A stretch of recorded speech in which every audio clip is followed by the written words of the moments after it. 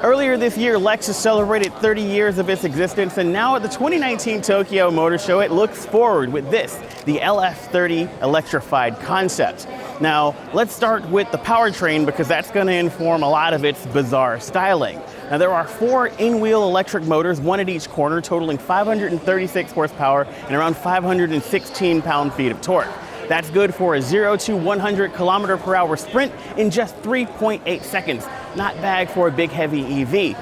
Now, supplying power for that sprint is a 110 kilowatt-hour lithium-ion battery pack that's good for over 300 miles of electric range, according to Lexus. And it charges using wireless charging and artificial intelligence to control that charging and share energy between the vehicle and the house that it's charging at.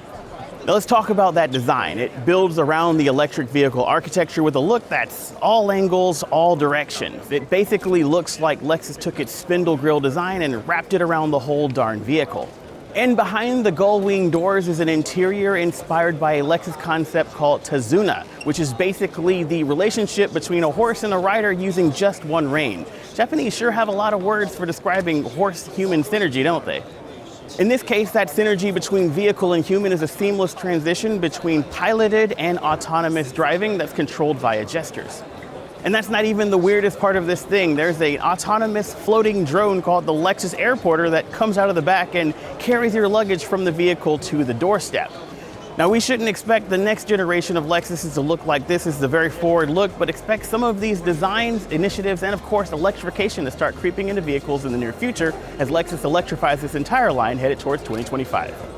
What do you think about the look? I know concepts are supposed to push a little far so they can scale it back, but this is pretty extreme. Let us know what you think in the comments below, and be sure to check out the rest of our coverage of the 2019 Tokyo Motor Show.